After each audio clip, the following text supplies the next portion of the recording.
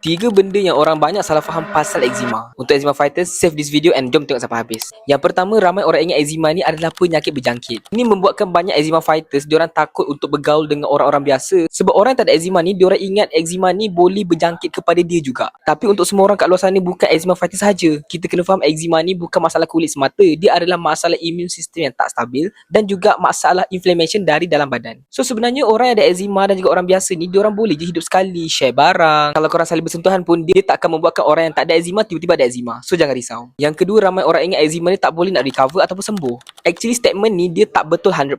Sebab ramai orang yang ada eczema sekarang, diorang dah mula untuk hidup tanpa lagi constant eczema flare up. And of course in term of medication, banyak orang kata eczema ni tak ada cure. Zaman sekarang kita boleh buat gaya hidup sihat, kurangkan stres, jaga pemakanan dan juga ambil the right supplement or vitamin untuk mengawal flare up itu supaya kita boleh hidup macam orang biasa, makan apa yang kita suka tanpa ada constant flare up. Yang ketiga dan last sekali, ramai orang ingat krim ni boleh sembuhkan eczema. Lukman harap sangat-sangat untuk eczema fighters yang dengar konten Lukman ni, korang kena faham tak ada krim yang bantu untuk rawat eczema sebab krim hanya bantu support luaran. Eczema ni bukan masalah kulit, eczema adalah masalah dalaman kita yang ada inflammation dan juga immune system tak stabil. Sebab tu ramai yang pakai steroid cream, diorang nampak kulit akan cepat sembuh tapi lepas tu eczema datang balik. Sebab kebanyakan krim macam steroid cream hanya bantu untuk shut down the symptom tapi tak rawat punca sebenar. Kalau korang suka konten macam ni, korang boleh follow my account untuk lagi banyak konten berkenaan eczema.